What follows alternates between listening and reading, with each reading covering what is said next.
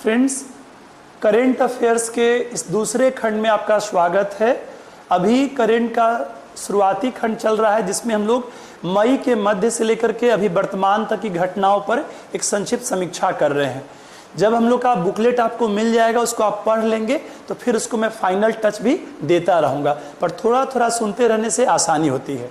जैसा कि मैंने पिछले खंड में आपको कई बातें बताया कि करंट को कैसे पढ़ना चाहिए, फिर मैंने बताया कि करंट हमारा 3 खंडों में चलेगा। एक तो जो घटनाएं घटती हैं उसके बारे में, पर साथ ही साथ कुछ बेसिक कंसेप्ट को भी दोस्तों क्लियर करेंगे, और जो करंट रिलेटेड जो रेगुलर टॉपिक्स होते हैं उनको भी अलग अलग से वीडियोज़ रहेंगे, ताकि उतना से तो क्वेश्चन आपको आराम से तैयार हो सके।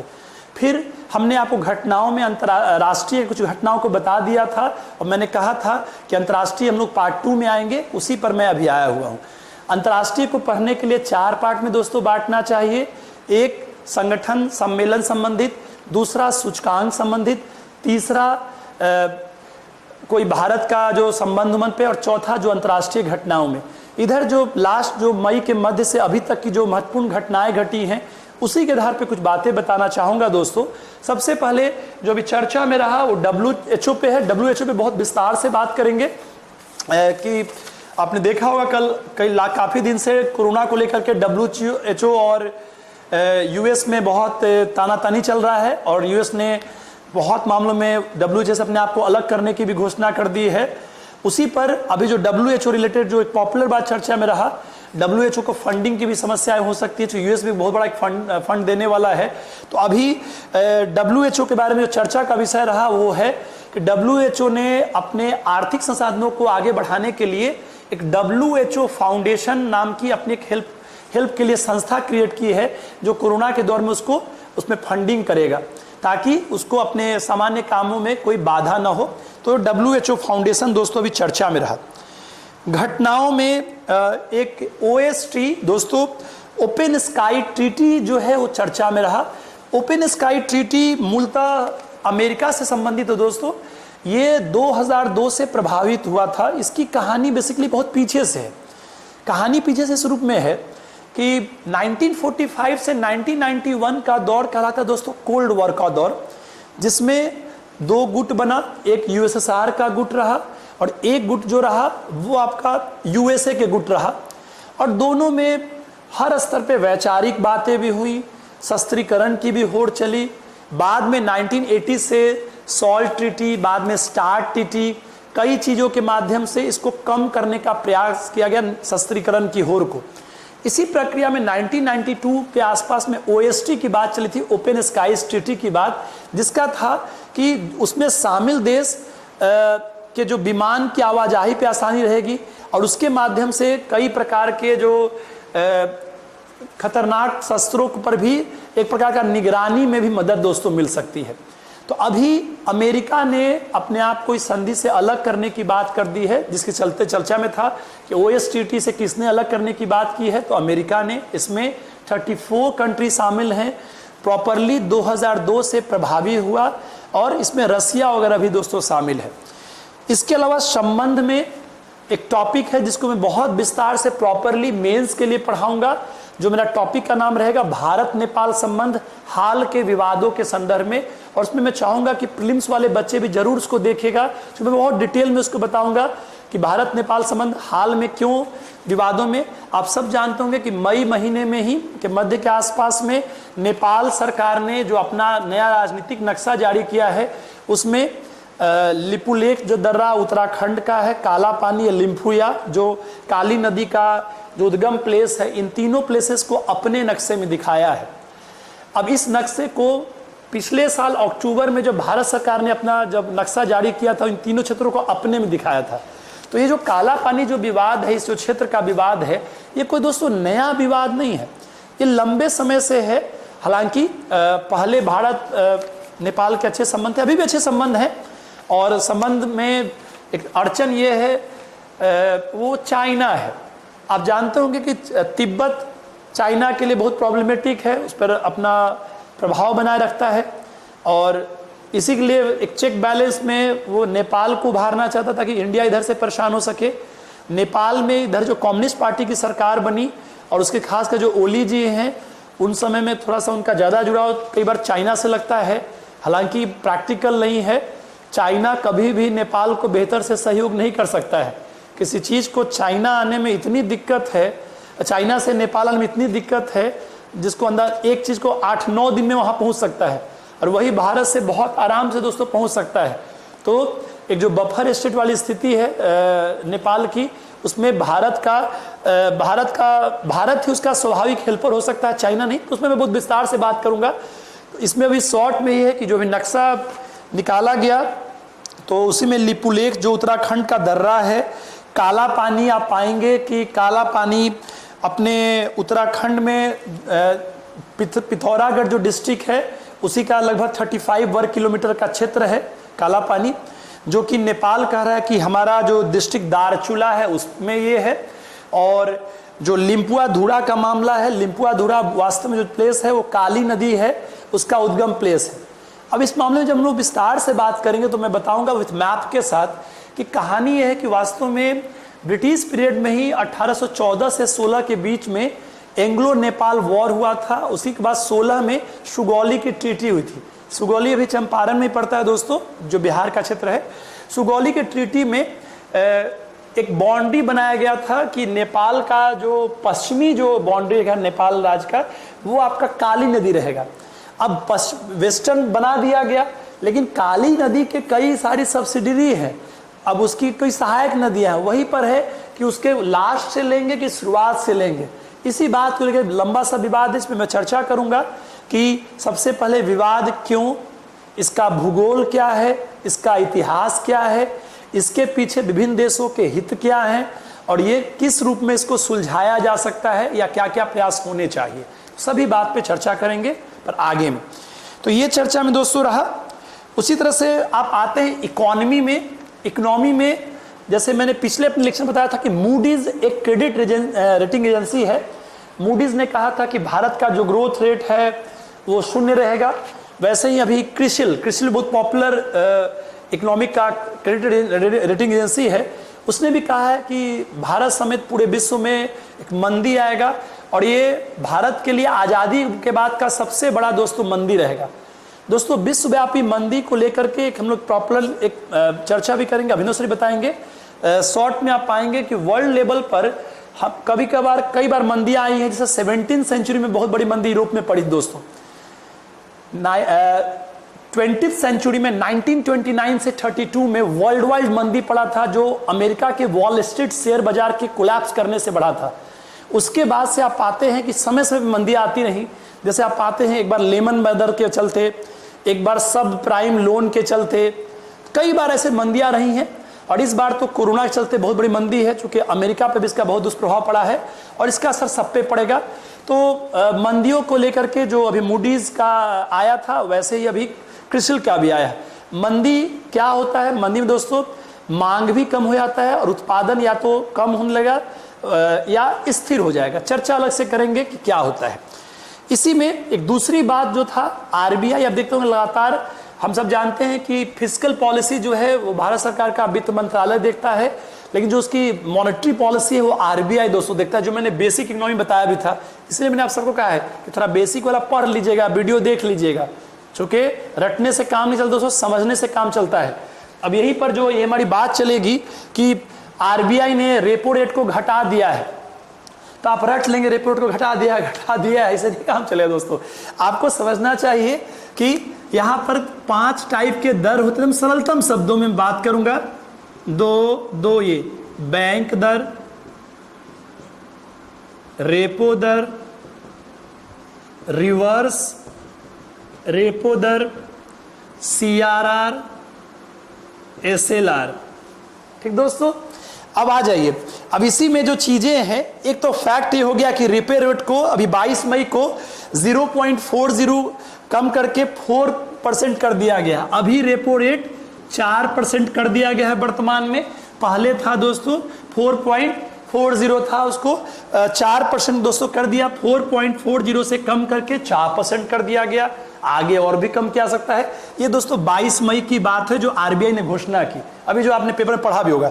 दूसरा, रिवर्स रेपो रेट भी इसी अनुसार से कम हो गया, तो वो अब हो गया है दोस्तों 0.35%, जो कि पहले 3.75% था। तो ये तो आपने रट लिया, पर इससे कुछ काम नहीं चलता है। एक बेसिक्स में ये जरूरी होता है कि सबके बारे में थोड़ी सी शॉर्ट में जानना। मैं बड़ा सरलतम शब्द में बोलना चाहूंगा, बैंक दर सिंपल बात है, जो केंद्रीय बैंक है, जो अपने यहाँ आरबीआई है, वह जिस रेट पर अन्य वाणिज्यिक बैंकों को जो ऋण वगैरह देगा, खासकर जो बड़े स्तर पे जो दीर्घकालिक ऋण देता है, लॉन्ग टर्म ऋण देता है। लॉन्ग टर्म का मतलब दोस्तों होता है 3 महीना से 1 साल, उसको लॉन्ग टर्म ऋण देते हैं। तो आरबीआई जो अन्य को जो लॉन्ग टर्म ऋण देगा, वो आपका जिस रेट पे होता है वो आपका बैंक रेट कहलाता है। सरलतम शब्दों में एक लिखा हुआ रहेगा, जो मेरा बेसिक का जो ऐप में इस पे सब पर जो मैंने चर्चा लिखा मिलेगा। दूसरी बात है रेपो दर जो है, रेपो दर भी फिर है आरबीआई जो अन्य कमर्शियल बैंक को जो शॉर्ट टर्म का मतलब होता है दोस्तों 2 दिन से लेकर के लगभग 90 दिन, वही 3 महीने तक का जो ऋण है शॉर्ट टर्म होता है, जिस रेट पर देगा वो कहलाएगा रेपो रेट। ये सब अभी इसलिए हो रहा है ताकि इकोनॉमी में थोड़ा बूस्ट मिल सके। चर्चा करेंगे आगे किसका क्या असर पड़ता है, अभी शॉर्ट में जाने। रेपो रेट का उल्टा है रिवर्स रेपो रेट। जब कमर्शियल बैंक आरबीआई को जब शॉर्ट टर्म देगा तो वो कहलाएगा रिवर्स रेपो रेट। बहुत सिंपल शब्दों में, आरबीआई द्वारा अन्य बैंक को long term bank rate, RBI द्वारा अन्य बैंक को शॉर्ट टर्म रेपो रेट, अन्य बैंक द्वारा आरबीआई को short term reverse repo rate. वैसे ही है CRR, SL cash reserve ratio, SLR तरलता जो लिक्विडिटी की बात होती थी, सॉलिडेरिटी रिजर्व रेशियो वाली बात है। तो अब यहां पर जो जैसे सोना चांदी के रूप में जो तरल चीजें रखेगा उसके लिए है। अब यहां पर आप पाएंगे कि आरबीआई के पास अन्य बैंकों का जितना जमा का जो प्रतिशत रखा रहता है वो कहलाता है दोस्तों सीआरआर। सरलता शब्दों में, डिटेल आपको पढ़ाया जाएगा, हम भी कभी अलग बताएंगे। वैसे ही आरबीआई के पास अन्य का जो भी तरलता जो रखा रहता है, जो परसेंटेज, उसको कहते हैं एसएलआर। बहुत सिंपल है, कैश रखाएगा तो सीआरआर, तरलता रखाएगा तो एसएलआर, ताकि बैलेंस बना रहे नगद और जमा का या नगद और जो तरलता का। फ्रेंड्स, अभी इसके जो प्रेजेंट में रेट है उसको आप नोट डाउन कर सकते हैं। वर्तमान में जो बैंक रेट है ये अभी है 4.65%। वर्तमान में दोस्तों जो बैंक रेट है 4.6%। रेपो रेट मैंने बता ही दिया 4% है। रिवर्स रेपो रेट अभी 3.3% है। सीआरआर जो दोस्तों अभी है वो 3% है। और एसएलआर जो है दोस्तों वो आपका है 21.5%। हालांकि ये चेंज होते रहेगा, पर एक आइडिया रहना चाहिए। 4.6% बैंक रेट है अभी प्रेजेंटली, 4% रेपो रेट है, 3.3% रिवर्स रेपो रेट है, सीआरआर 3% रखा गया वर्तमान में, और ये 21.5% है। दोस्तों डिटेल आगे बात चर्चा चलती रहेगी। इसी पर एक बात और है, एक विदेशी मुद्रा भंडार के बारे में भी आंकड़े आए थे। अभी जो वर्ल्ड का जो फॉरेन रिजर्व है उसमें आप पाएंगे कि नंबर 1 पर इंडिया नहीं है, बल्कि दोस्तों चाइना है। ऑब्वियसली इंडिया नहीं रह पाएगा। तो अभी विदेशी मुद्रा भंडार के बारे में चाइना जो है, विदेशी मुद्रा भंडार में चाइना फर्स्ट नंबर पे है, और भारत का जो पोजीशन है वो 8वां है। और अभी भारत में वर्तमान में 487.04 अरब डॉलर भारत का भी विदेशी मुद्रा भंडार है। आपको स्थान ध्यान होना चाहिए कि मई के आंकड़ों के अनुसार जो भारत का विदेशी मुद्रा भंडार है दोस्तों वो 8वां है। पहले नंबर पर चीन है। फ्रेंड्स, अभी मैं फिर से रिकॉल कर दूं, मैंने अंतर्राष्ट्रीय में दोस्तों बात कहा, अंतर्राष्ट्रीय में कहा मेन भारत नेपाल संबंध में जो एक उत्तराखंड, लिम्फुआ और काला पानी वाला मसला चला, जिसको डिटेल में बात करेंगे। दूसरा हमने कहा WHO ने अपना एक फाउंडेशन भी बना लिया है, और अमेरिका ने जो OST ट्रीटी थी उससे अलग होने की बात रख दी है। फिर मैंने इकोनॉमी में कहा कि पहले मूडीज, अब फिर क्रिसिल ने भी मंदी की बात की है। फिर मैंने कहा कि रिजर्व बैंक ने अपने रेट्स को जो कम किए हैं उसकी चर्चा। अब थोड़ी सी बात करते हैं साइंस टेक और इन्वायरमेंट वाले सेक्शन में, जो ज्यादा चर्चा करते हैं, इस पर सवाल बन सकता है। देखिए, घटनाएं तो इतनी घटी है कि आप खूब पढ़िए उतना जो काम कर सके एग्जाम पास करने के लिए। मैं ये बातें बार बार इसलिए कहता हूं दोस्तों से गुस्से के तरीके से, क्योंकि आप खुद सोचिए, अगर आप जब पढ़ाई कर रहे होंगे और कई बच्चे ऐसे आपके साथ प्रॉपर IAS उसमें पास हो गए होंगे जो आपसे थोड़ा सा कम ही पढ़ते होंगे, पर तरीके से पढ़ते थे, जो उनको घर वाले से बहुत अच्छा सलाह मिलता था, या कुछ सलाह हमने भी उनको बाद में दिया जब हम फेल कर गए तो, और वही आज बहुत अच्छे पदों पर पहुंच गए। तो ये मैं बार बार इसलिए वर्ड बोलता हूँ, कई बार बच्चे बोलते हैं कि सर आपको क्या जरूरत है, सर इतने सीनियर टीचर हैं, पुराने हैं।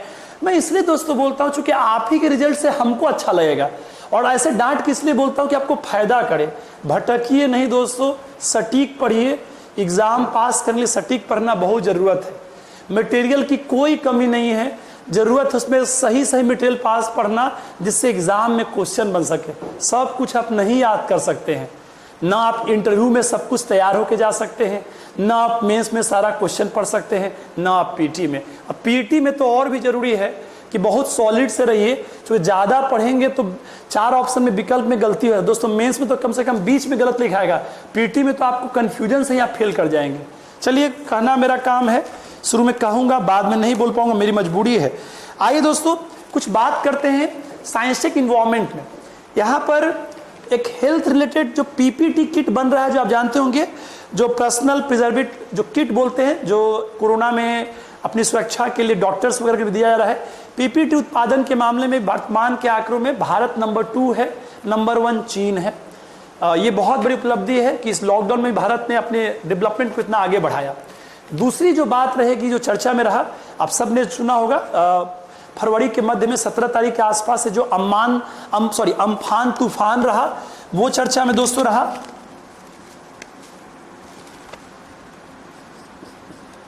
अम्फान तूफान, इसको डिटेल में अभिनव सर बताएंगे। मैं भी जब तूफान को एक साथ वर्ल्ड में और इंडिया में बताएंगे तो डिटेल में बात करेंगे, जो रेगुलर टॉपिक्स में रहेगा। कई बार पूछता भी है कि ये तूफान कहाँ हुआ, तो एक बार पिछले 1 साल का पूरा एक साथ कवर करेंगे, पर अभी थोड़ा सुनते रहेंगे तो आसानी रहेगी। तो यही दोस्तों मई 17 के आसपास से शुरू हुआ था, विश्व तक फैला था। सबसे ज़्यादा जो आप सब जानते होंगे कि इंडिया में जो यहाँ पे बंगाल का जो खाड़ी एरिया है, वहीं पर से ये शुरुआत हुआ। वहाँ पे लो प्रेशर क्रिएट करने से ये दोस्तों चक्रवात का रूप रहा, और इस साल का पहला ही मेन ये माना जाता है। जो इसका जो नाम जो अम्फान दिया गया, नाम की भी पद्धति चर्चा करूंगा, क्रम से देता है लोग। तो ये इस बार जो नाम दिया गया वो थाईलैंड द्वारा दोस्तों दिया गया। तो पहला बात है कि अम्फान तूफान जो रहा, एक चक्रवाती तूफान है जो साल का पहला रहा, 17 मई के आसपास से शुरू हुआ था। इससे बहुत ज़्यादा वेस्ट बंगाल प्रभावित हुआ, साथ साथ दोस्तों उड़ीसा भी प्रभावित हुआ। इसी को पाएंगे कि ये बंगाल की खाड़ी के जो खासकर बंगाल की खाड़ी में जो दक्षिण पूर्वी भाग है, दक्षिण पूर्वी हिस्सा में लो प्रेशर क्रिएट होने से आया था, और इसके चलते काफ़ी तबाही भी हुई, और एक कोरोना में एक नया संकट भी दोस्तों पैदा हो गया था। इन्हीं के अलावा अब आते हैं लास्ट में मिसलेनियस के बारे में। मिसलेनियस में हमेशा बोलते हैं कि पढ़ते समय में व्यक्ति के बारे में है। व्यक्ति में सब कुछ, चाहे नियुक्ति वाली बात हो, निधन वाली बात हो, या किसी बात के लिए चर्चा में हो। दूसरा पुरस्कार की बातें, या इसी में एक और कह सकते हैं पुस्तक लेखक की बात, नियुक्ति, निधन, चर्चित, पुस्तक लेखक, पुरस्कार। फिर खेल के बारे में, डेट्स के बारे में, और अन्य चीज़ों के बारे में। फ्रेंड्स, यहाँ पर जो अभी चर्चा में रहा उसमें जो मेन ध्यान देंगे वो हर्षवर्धन के बारे में है। हर्षवर्धन, डॉक्टर हर्षवर्धन हम सब जानते हैं केंद्रीय स्वास्थ्य मंत्री हैं। डॉक्टर हर्षवर्धन को WHO का जो कार्यकारी बोर्ड होता है दोस्तों, उसका अध्यक्ष बनाया गया है, और इस बोर्ड में 34 हैं कंट्रीज। ऐसे WHO में सारी सहमति में 194 कंट्रीज का इसमें जुड़ाव है। डिटेल में WHO बात करेंगे कि WHO की बहुत चर्चा में रहा है कि स्थापना के बारे में, इसका उद्देश्य क्या है, इसकी फंडिंग कैसे होती है, तनाव क्यों हुआ, कोरोना में क्या इसने सही में चाइना का पक्ष लिया, ठीक से बात को नहीं रखा, या चाइना अपनी फंडिंग के आधार पे, जैसे आजकल जो एक चेकबुक डिप्लोमेसी चाइना चलाता है कई देशों के प्रति, क्या WHO को भी चेकबुक से कुछ ऐसा प्रभाव बनाए हुए है जिस पर अमेरिका हमेशा अटैक कर रहा है। फिलहाल डॉक्टर हर्षवर्धन को WHO का कार्यकारी बोर्ड का अध्यक्ष बनाया गया, जिसमें 34 देश है। ऐसा टोटल WHO में 94 देश की सहमति बनी। दूसरा चर्चा में रहा आभास झा के बारे में। दोस्तों, आभास झा भारतीय मूल के अर्थशास्त्री हैं, और जो आपका विश्व बैंक है उसका कई तरह काम करता है। वर्ल्ड बैंक आर्थिक सहायता के लिए है, पर वर्ल्ड बैंक का दायरा बहुत बढ़ गया है, कई क्षेत्रों में काम करता है दोस्तों। तो जो दक्षिण एशिया का क्लाइमेट चेंज और डिजास्टर मैनेजमेंट जो यूनिट है उसका कार्यकारी प्रमुख बनाया गया है आभास झा को, जो कि भारतीय मूल के इकोनॉमिस्ट हैं। ये दो चर्चा में रहेगा, हर्षवर्धन साहब और आभास झा साहब। ऐसे और भी बहुत सारा है, हमको यही लगा यही ज़्यादा ज़रूरत का है। आप पढ़िएगा, अब बाद में मैं चेक भी करवाऊंगा जब एग्जाम हो जाएंगे, जैसे आप 64वीं का पेपर बनाइएगा कि हम लोग के नोट से कैसे लाइन बाय लाइन लड़े थे, और 65वीं में कई सारा लड़ा था, कुछ में कमियां रही थी, उसके पीछे पटना का बाढ़ भी था, और कुछ प्रवृत्तिगत थोड़ा अलग सा बीपीएससी पूछा था। लेकिन अब ये सर वो अलग भी कवर हो, अलग भी कवर हो सकता है, इस बार हम लोग प्रयास कर रहे हैं। इसीलिए हम लोग 7 डेज वाला लगातार 16 नवंबर से कभी रोके नहीं है, और उसको मैं एक एक चीज याद भी करवाऊंगा, क्योंकि अभी तो बस इंटरेस्ट जगा रहे हैं, लेकिन बुकलेट पहले से आपको दे दिया है जो हमारे रेगुलर बच्चे रहेंगे, और एक एक करंट को हम याद करवाएंगे, उस पर फिर टेस्ट लेंगे ताकि आपका रेगुलर हो, फिर आपका एग्जाम के समय में दोस्तों मजबूत हो सके। फिलहाल इसी में आते हैं, आगे आते हैं 3 निधन के बारे में। एक खेल पर्सनालिटी का है, बलबीर सिंह का नाम सुने होंगे, उनको पद्मश्री भी मिला। ये हॉकी प्लेयर हैं दोस्तों, इनका निधन हुआ। चर्चा पूछ सकता है कि पद्मश्री प्राप्त किस हॉकी प्लेयर का निधन हुआ था, तो बलबीर सिंह को सीनियर बोलते, जो बाद में और बलबीर सिंह आए थे। एक दूसरी बात है, आप सबने सुना होगा अजीत जोगी जी, जो छत्तीसगढ़ के पूर्व मुख्यमंत्री थे, उनका निधन हो गया, पूर्व IAS भी थे। उसके बाद से आप पाएंगे बेजान दारूवाला, गुजरात से जो थे, 89 ईयर्स के आसपास में मतलब हस्तरेखा विशेषज्ञ थे, बहुत चर्चित व्यक्ति थे, उनका भी निधन हुआ है। तो 3 लोग का निधन, बेजान दारूवाला जो ज्योतिष शास्त्री थे, बहुत चर्चित रहे, कई पुरस्कार मिल चुका है। अजीत जोगी जी जो पूर्व मुख्यमंत्री छत्तीसगढ़ थे, और आपके बलबीर सिंह सीनियर जिनको पद्मश्री भी अवार्ड मिला था, हॉकी प्लेयर थे, उनका दोस्तों निधन हुआ। तो ये कुछ निधन चर्चा में थे व्यक्तित्व में, और 2 अपॉइंटमेंट्स को लेकर के। अब आइए पुरस्कार में, जो अभी इधर 15 दिनों में चर्चा में रहा, वो आप पाएंगे पुरस्कार में सुमन गबनी का नाम पुरस्कार में चर्चा में आया। सुमन गबनी दोस्तों UN का पीस कीपिंग फोर्स होता है, शांति मिशन होता है, वो साउथ सूडान में, अफ्रीकन कॉन्टिनेंट में, सूडान में दोस्तों समस्या बहुत चल रही, गृह जैसी स्थितियां बन जाती हैं, तो वहाँ पे UN का पीस कीपिंग फोर्स में ये शामिल है, भारतीय मूल के हैं। ये बहुत बड़ी बात है कि कई लोग अपने घर परिवार छोड़ के वहाँ पे काम करते रहते हैं, और इंडिया जब मांग करता है कि जो UN का अस्थाई सदस्यता है सिक्योरिटी काउंसिल में, तो उसमें ये बात भी कहता है कि आपके पीस कीपिंग फोर्स में हमारे सैनिक हर बार साथ देते रहते हैं, तो हमारा इस मुद्दे पे हक बनता है। जब मैं कभी पढ़ाऊंगा यार, तो वहाँ एक टॉपिक रहता है कि भारत अस्थाई सदस्यता का दावा किन आधार पर करता है, जिसमें हम लोग बताते हैं कि बड़ी जनसंख्या है, बड़ी अर्थव्यवस्था है, बड़ा क्षेत्र है, भारत की सक्रिय भागीदारी शांति सेना में भी, ये भी एक बात है, और भारत एक बड़ा बाजार भी है, कई सारी बातें हैं उसमें। अभी इनको अवार्ड मिला है सुमन गबनी को, और ये अवार्ड पाने वाली पहली भारतीय है, किसी को ये अवार्ड मिला है दोस्तों। इस अवार्ड का नाम है UN के द्वारा सैन्य gender advocate of the year award, सैन्य gender military gender advocate of the year award Suman Gawani को मिला है। तो सुमन जी को पूरे भारतवासियों की ओर से शुभकामनाएं, पहली बार किसी को मिला है, साउथ सूडान में कार्यरत है। ये अवार्ड 2019 का अवार्ड है जो अभी प्राप्त हुआ, और साथ ही साथ एक ब्राजील के थे, उनको भी कंबाइंडली दिया गया है, जिनका नाम लंबा सा है, पर आप करला अराउजो को ब्राजील से है, और सुमन गबनी इंडिया से है, दोनों को कंबाइंड रूप से ये अवार्ड मिला, जिस नाम है UN military gender advocate of the year award. ये चर्चा में रही। अब आ जाइए, लास्ट कुछ मिनट समय बचा हुआ है, आधा घंटे का वीडियो रहेगा, इस सब का विस्तार फिर करेंगे जब हमारा बुकलेट बढ़ जाएगा, चूंकि हम लोग मई के 15 से 30 की कुछ बातों को सीखे हैं। अब आ जाते हैं दोस्तों इंपॉर्टेंट डेट्स के बारे में। मेरा यहाँ पे इंपॉर्टेंट डेट्स भी रहेगा, मैं जिसमें ट्रिक से रटवाता हूँ इंपॉर्टेंट डेट्स को। जैसे कि आप सबको मैं बता कि पर्यावरण का रटना हो तो 2 फरवरी रटिए, 11 मार्च, 22 मार्च, 22 अप्रैल, 22 मई, 5 जून, 16 सितंबर, ऐसे, जिसमें हम अक्सर बोलते हैं कि 2 फरवरी को विश्व नमी भूमि दिवस, वर्ल्ड वेटलैंड डे है, जो 1970-71 के रामसर सम्मेलन से संबंधित है, 71 वाला रामसर सम्मेलन संबंधित है कि वेटलैंड का रक्षा होना चाहिए। फिर उसी में आपको पढ़ाते हैं दोस्तों कि कैसे 21 मार्च को वन दिवस है, 22 मार्च को जल दिवस है, फिर 22 अप्रैल को पृथ्वी दिवस है, 22 मई को जैव विविधता दिवस जो अभी पढ़ेंगे, 5 जून को पर्यावरण दिवस। कई जगह पढ़ते हैं, पर मेरी शैली में क्या आपको याद होगा करीते से कि नमी है फरवरी में, और मार्च में उसी नमी पे वन आया, अब 22 तारीख उसमें जल दे दिए, फिर ये वन और जल कहाँ है? पृथ्वी पर है। ये सब किसका भाग है? जैव विविधता का। और इन सब का अध्ययन किसमें करते हैं? पर्यावरण में। तो एक ट्रिक से वहाँ पे सारा डेट्स याद हो जाएगा, आपको बड़ी आसानी होगी। सारे इंपॉर्टेंट डेट्स को कभी किसी के बर्थडे से या कैसे तरीका सिखाएंगे ताकि आपको मदद मिले। दोस्तों प्रीलिम्स में याद की भी बड़ी भूमिका होती है, क्योंकि प्रीलिम्स में 4-5 ऑप्शन में से वो चुनना रहता है। समझ चाहिए पर याद भी चाहिए।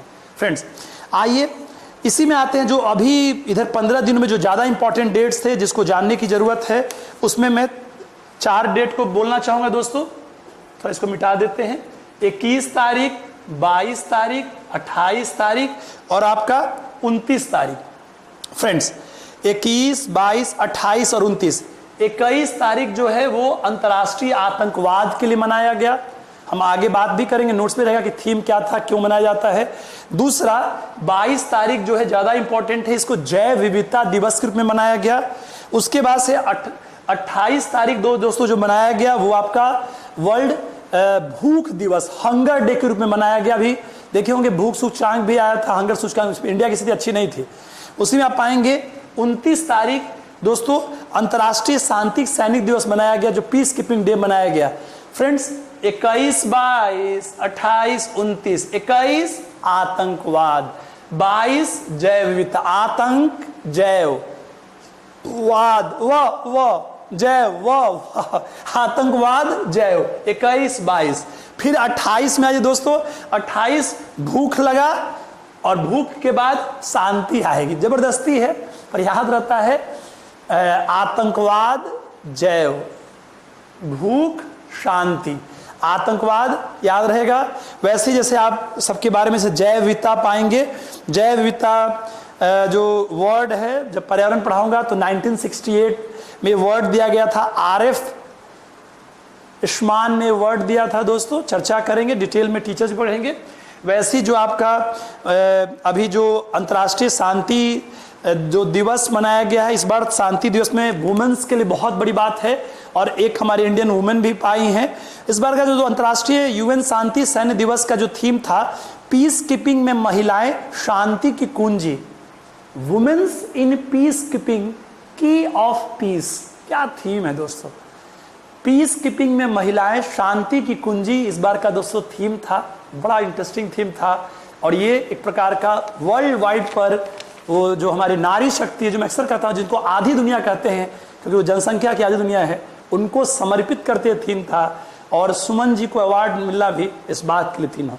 मैं एक बार फिर पूरे विश्व के, भारत के और अपने बिहार के उस नारी शक्ति को सलाम करना चाहता हूँ जो शांति सेना में भी अपने परिवार के अलावा अपने विश्व के शांति के लिए प्रयास करती हैं। उनको बहुत सलाम, सल्यूट टू वुमेन पावर। फिलहाल इसी में दोस्तों आते हैं, ये सब चीज़ों पे और विस्तार विथ नोट्स होते रहेंगे। कुछ मिनट बचे हुए तो एक बार रिकॉल कर लें। अभी मेरा 2 पार्ट में करंट की बात चला, जिसमें मैंने मई मध्य के बाद की चीज़ों पे एक हल्की चर्चा की, जिस पे विस्तारित चर्चा विथ नोट्स होगा, जो अभी आपके ऐप पर मिलेंगे। इधर जो 30 मई तक का रहेगा उसको आप पढ़ लेंगे, फिर मैं टोटल चर्चा करूँगा। मैंने अपने पहले खंड में कई बातें बताया कि करंट को कैसे पढ़े, कहाँ से पढ़े, क्या क्या पढ़ना चाहिए। फिर मैंने पढ़ाने का तरीका बताया। हम 3 पार्ट में रहेंगे। एक हमारा बेसिक सीरीज चलता रहेगा ताकि आपको जब हम करंट बोले तो हमको बेसिक में ज़्यादा ना जाना पड़े। नंबर 2, एक रेगुलर टॉपिक्स रहेंगे, चाहे वो टर्म वाला का ये इंपॉर्टेंट डेट्स वाला हो या हेरिटेज लिस्ट वाला हो या प्रोडक्शन क्या करे हो। और एक हमारा जो चलेगा जिसको हर बार कवर करेंगे वो रहेगा जो घटनाएं घटती हैं इस पर। और एक और रहेगा जो मेंस के बच्चों के लिए जो इशू जिस पे मेंस के सवाल बन सकते हैं उनको दोस्तों हम लोग अलग से चर्चा करेंगे। फ्रेंड्स एक बार मैं फिर से बता दूं कि हम लोग की क्लासेस धीरे धीरे फोकस्ड होती जाएंगी। शुरुआती क्लासेस इंट्रोडक्टरी किस्म की चलती रहीं, जिसमें कुछ आइडियाज़ मिले। धीरे धीरे हम लोग हर टॉपिक पे काम करें। ऐसा आपको अंतर दिख भी रहा होगा। जैसे कल की क्लास को आप चेक करिएगा, बिहार पर 3 क्लास था। एक क्लास था बिहार को कैसे पढ़ें, चाहे मेंस हो या पीटी। फिर एक क्लास था मेंस में बिहार के पिछड़ापन और विकास के लिए क्या क्या संभावनाएं हैं। फिर एक क्लास था पीटी का, जिसमें उन्होंने मैप पर टांग करके देखा था कि कैसे बिहार के मानचित्र को, बिहार की जनगणना को और फिर और सब टॉपिक को कैसे पढ़ सकते हैं। दोस्तों आप सबका विश्वास के चलते हम लोग आगे बढ़ रहे हैं। शुरुआत में हम लोग भी यूज्ड टू नहीं हैं दोस्तों, आपको थोड़ी दिक्कत हो इसके लिए क्षमा प्रार्थी रहूँगा। ऑनलाइन हम लोग भी नए हैं, लेकिन हमारा मोटिव सही है मेहनत करते हैं, कमियां भी होंगी, पर हाँ बैकग्राउंड ऐसा है जिसमें वो मेहनत का आपको फायदा जरूर लगेगा। इन्हीं विश्वासों के साथ आपका धन्यवाद, और हम लोग फिर अगले क्लास में, अभिनव सर क्लास में मिलेंगे। धन्यवाद।